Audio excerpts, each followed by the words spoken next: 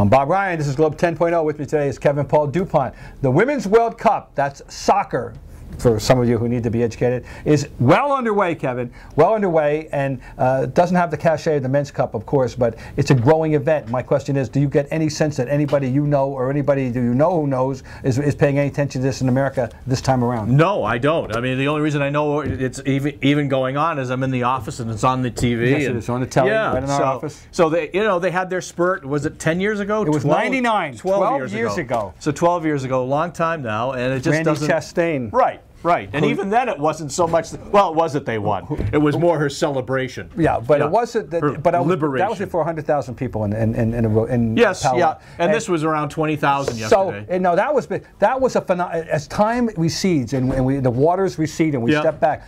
Wow, what a phenomenon that was! Because the fact of the matter is, it didn't have lasting power.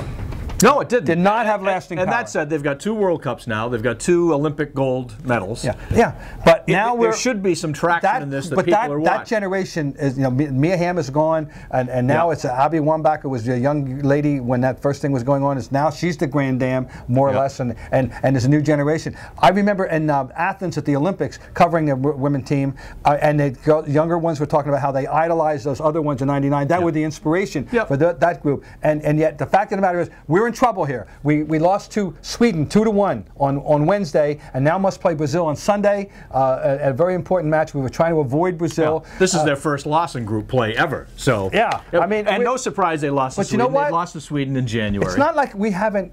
We're not good enough. We're still good. But the fact is, we dominated this sport with our superior athleticism and interest in the sport. Some of those macho countries rejected women playing soccer. Germany among them.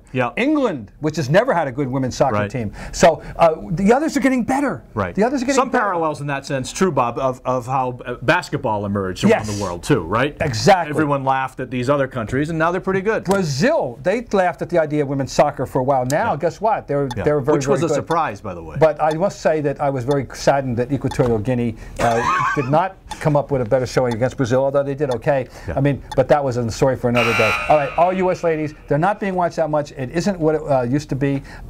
There's a lot of work to be done still before women's soccer takes a little higher place in American hierarchy.